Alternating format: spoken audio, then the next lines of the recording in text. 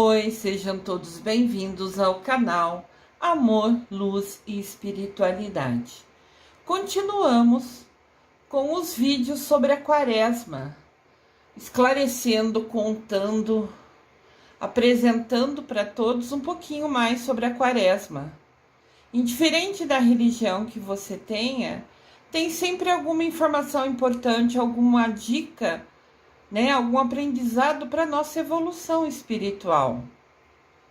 E mesmo os católicos, muita coisa que eu vou falar nos vídeos, os católicos desconhecem, principalmente porque a maioria, conhece somente aquilo que é falado nas missas. E aqui tem muita explicação que não é dito nas missas. Esse objetivo desses vídeos é justamente compartilhar conhecimento, a gente aprender junto um pouquinho mais. Qualquer aprendizado espiritual favorece a nossa evolução espiritual. O vídeo de hoje é 40 dias no deserto, a tentação de Jesus.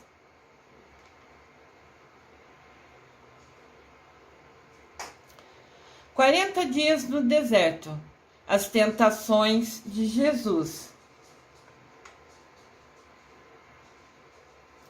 Aqui tem uma imagem de Jesus sozinho, Jesus, ao longo da Quaresma, ficou 40 dias isolado no deserto para meditar, para rezar, para se conectar com Deus Pai, porque ele sabia que a missão dele, a parte mais difícil da missão dele, que era morrer na cruz para salvar os nossos pecados, estava se aproximando.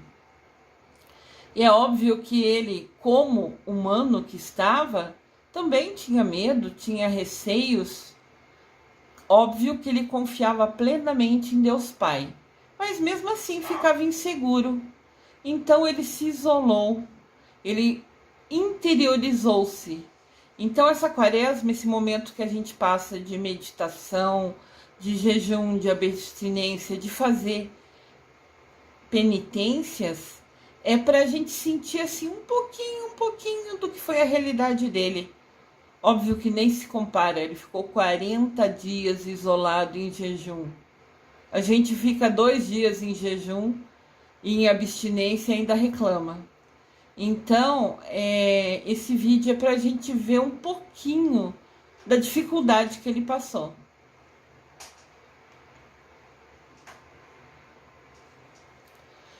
"40 dias no deserto." Na Bíblia, o número 40 é sempre citado para representar períodos de 40 dias ou 40 anos que antecedem ou marcaram fatos importantes. Alguns exemplos mais conhecidos do número 40 na Bíblia são 40 dias de dilúvio da Arca de Noé, 40 dias de Moisés no Monte Sinai, quando ele se isolou e depois desceu com as pedras, as placas dos 10 mandamentos. 40 anos de peregrinação do povo de Israel no deserto. 40 dias de Jesus no deserto. As 3 lições bíblicas das tentações de Jesus. Aqui nessa imagem, Jesus está assim, orando, meditando, conversando com Deus, aproveitando esses 40 dias, realmente para se interiorizar, para pegar força de dentro dele, para ele superar, resistir, suportar todas as dificuldades que viriam.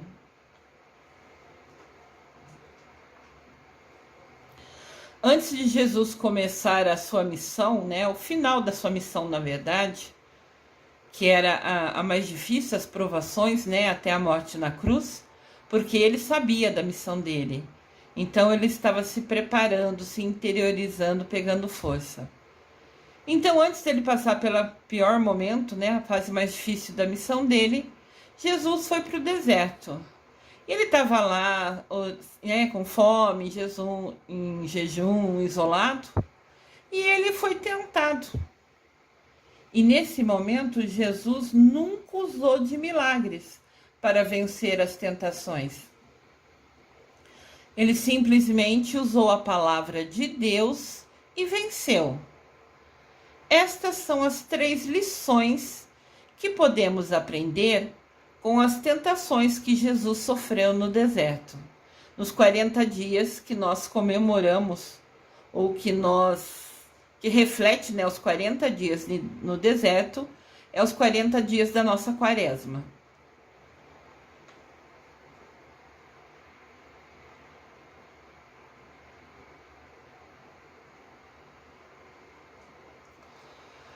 Jesus respondeu: está escrito, nem só de pão viverá o homem, mas de toda palavra que procede da boca de Deus. Na primeira tentação, Jesus estava com fome. E o demônio veio e lhe disse: se és filho de Deus, diga a essa pedra que se transforme em pão. E Jesus respondeu a ele com a palavra de Deus. Está escrito, não só de pão vive o homem.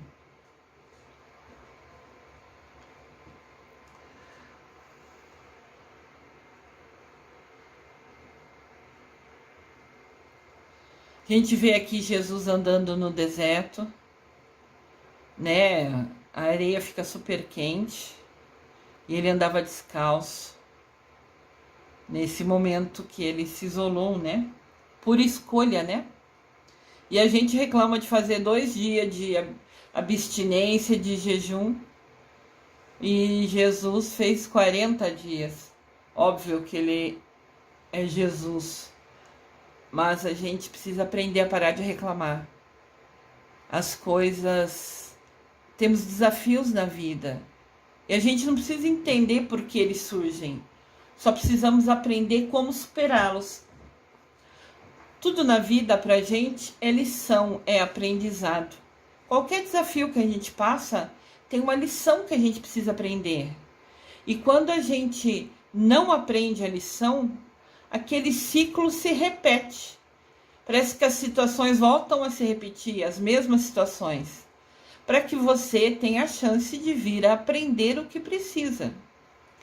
Então, se você acontecer uma coisa, se agiu de um jeito, daqui a pouco acontece de novo a mesma situação ou parecida, é sinal que você tem algo a aprender. Você precisa parar, pensar e tomar um caminho diferente. Sempre que você agir da mesma maneira, você vai obter os mesmos resultados. No final, vai acontecer as mesmas coisas. Então, se uma situação se repete, que você fala, nossa, isso já aconteceu naquela vez assim, assim, e eu fiz isso. E eu fiz isso no passado e acabou não dando certo. Então, é sinal que agora a lição está se repetindo para que eu haja diferente, para que eu mude a minha ação, para que o resultado, né, no final da situação, se resolva de uma maneira diferente. Isso é um aprendizado que a gente precisa ter na vida.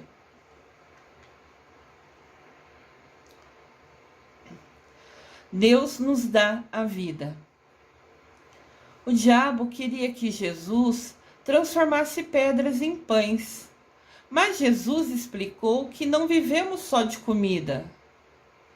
Muitas vezes nós estamos tão preocupados com as coisas materiais que esquecemos daquele que nos dá a vida. Deus, Ele nos deu a vida. A gente às vezes foca em coisa material. Quero comprar isso, quero ter aquilo, quero fazer aquele outro, quero ter uma casa melhor, quero ter um carro melhor, quero. E isso é um erro. Você não tem que preocupar com o ter. Você tem que preocupar com o ser. Ser uma pessoa melhor, ser uma pessoa que ajuda o próximo, ser uma pessoa em paz com você mesmo, ser uma pessoa que valoriza, respeita e ajuda os outros. claro que dentro do seu possível. O importante é o ser. Ter um relacionamento com Deus é tão importante quanto comer. Sem Deus, nunca estaremos verdadeiramente vivos. Vivos no sentido de aprender, de estar pertinho dele, de Mamãe Maria, de nos conectarmos a eles. Escolher ficar perto, próximo, ter uma vida abençoada, uma vida tranquila, uma vida de paz. Apesar que mesmo essas vidas sempre terão desafios. Mas mesmo assim, olhando na maioria, né, fora aqueles dias mais desafiadores, ainda assim, e mesmo nos dias desafiadores, né, agradecer pela sua vida. Estar conectado com Deus Pai, com Mamãe Maria é essencial. Faz bem para a alma e para a nossa evolução espiritual.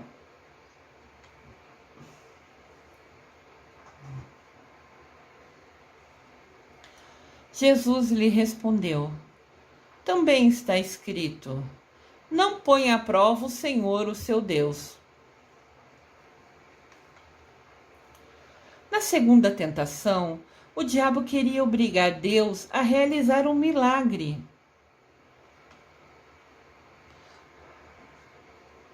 Eu sempre trago imagens para que a gente vá assimilando.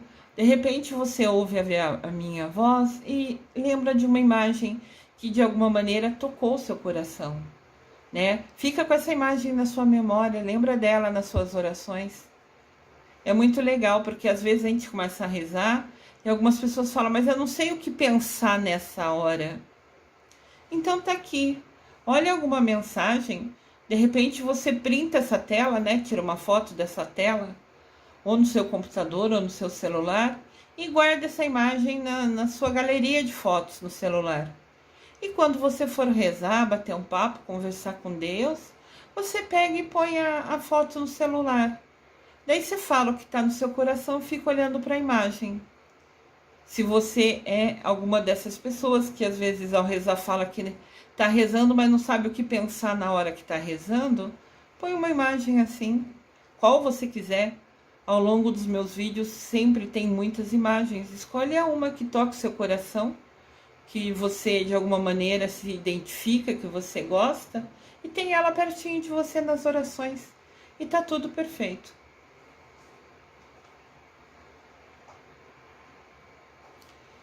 Com Deus não se brinca.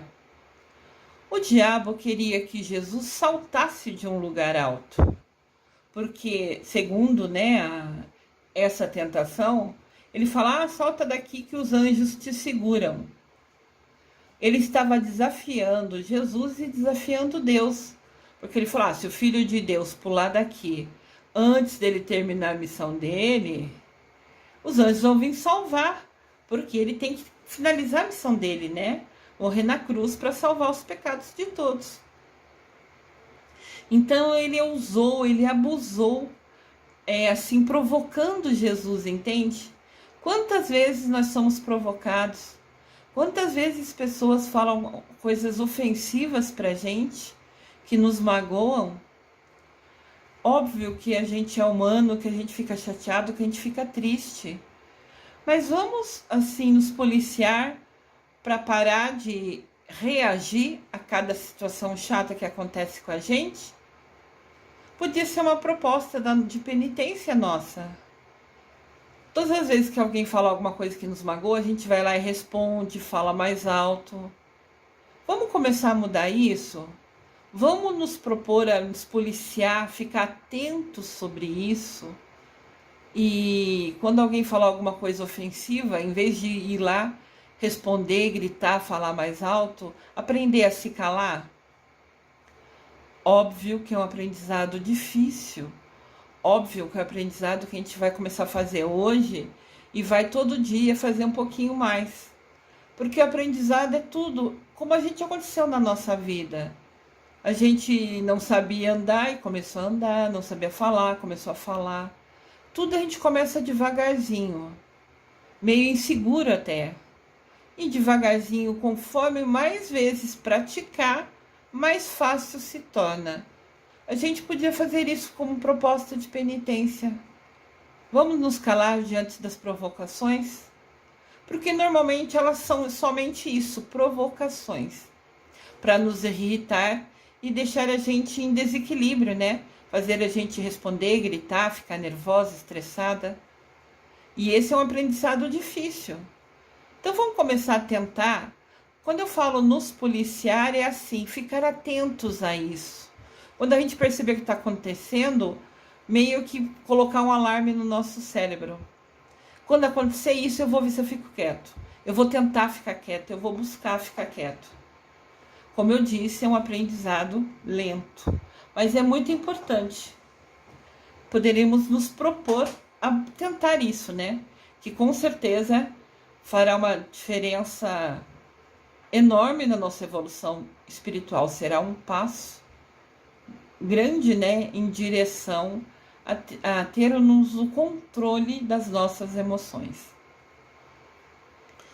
Então, voltando, o diabo queria provocou, né, querendo que Jesus saltasse dali. Jesus recusou, porque ele levava o poder de Deus a sério. Ele não queria ficar provocando. O diabo estava provocando Jesus, mas Jesus não queria testar Deus. Ele confiava em Deus cegamente. Por vezes, nós fazemos loucuras que Deus não mandou. A gente sabe que a gente fez aquilo, não era o que Deus queria. Mas mesmo assim, se isso trouxer uma situação, né, uma consequência, a gente fica esperando que Deus resolva tudo fazendo um milagre na nossa vida. Mas se as nossas ações levaram àquela consequência, por que Deus que vai resolver? Se a gente errou e trouxe uma consequência, porque tudo que a gente faz tem consequência. Todas as nossas escolhas têm consequência. Às vezes positiva, às vezes negativa. Mas se aconteceu uma coisa ruim, foi porque a gente tomou uma decisão errada. E a gente tem uma lição a aprender com isso. Mas tem vezes que a gente age errado na nossa vida e depois quer que Deus venha e resolva tudo com milagre. Ah, aconteceu isso, Deus me ajuda a resolver isso. Mas o resolver isso é consequência daquilo que você fez lá atrás. Por que Deus tem que fazer o milagre no seu lugar? Deus nunca será o nosso gênio da lâmpada. Gênio da lâmpada está entre aspas, né? Que essas duas virgulinhas em cima, porque está em destaque, é uma metáfora. Metáfora é uma comparação. A gente falando de gênio da lâmpada, a gente lembra daquele conto, né?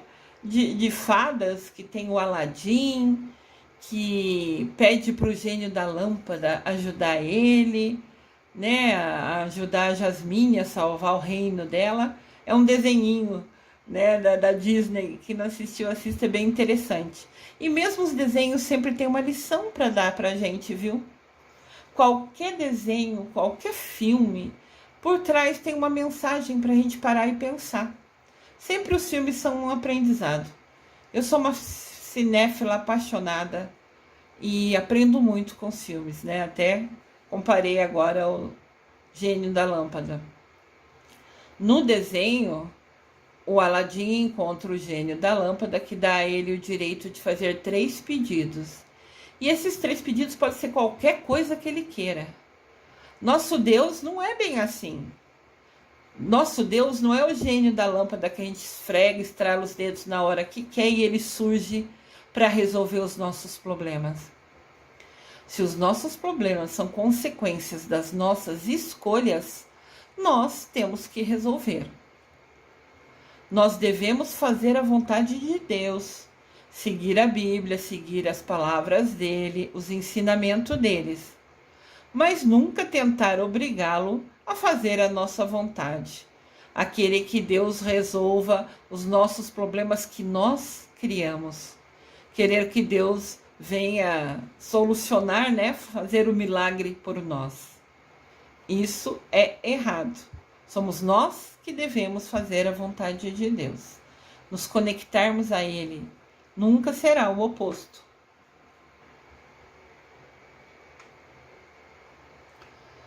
Jesus lhe disse: retire-se, Satanás, pois está escrito: adore o Senhor, o seu Deus, e só a ele preste culto. Na terceira tentação, o demônio oferece a Jesus poder e glória sobre o mundo sem o adorar.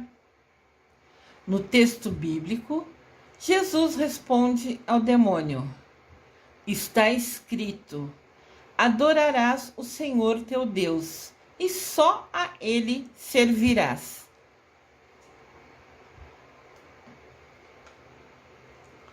De novo aqui uma imagem, né? Jesus pensativo, né? Resolvendo, interiorizando, criando forças, buscando forças dentro dele.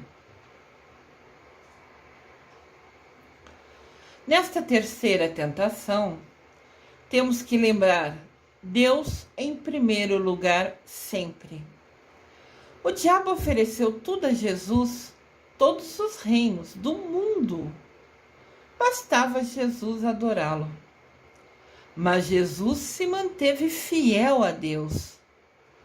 Em muitas situações da nossa vida, no dia a dia, somos confrontados com escolhas difíceis. Conseguir aquilo que a gente quer ou obedecer a Deus, ou seguir a palavra de Deus. Mas se permitirmos que alguma coisa se torne mais importante que Deus para nós, então essa coisa se torna o nosso Deus. Deus, quando a gente falar de Deus, sempre vai ser com letra maiúscula.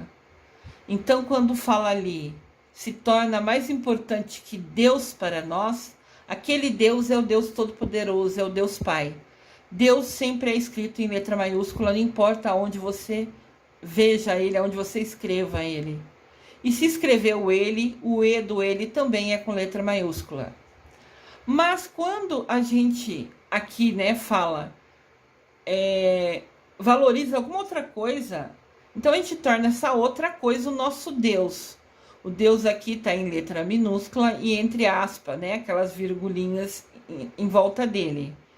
Sempre que tiver virgulinha em volta deles, é um destaque, né? Então, é uma maneira de falar. Se a gente valoriza alguma coisa mais que o Deus Pai Todo-Poderoso, a gente transforma essa coisa no nosso Deus. Mas um Deus fingido, um Deus falso. Mas se a gente valoriza essa coisa mais que Deus, a gente está endeusando essa coisa, né? Por exemplo, eu já vi situações de pessoas que têm assim o objetivo de ganhar muito dinheiro.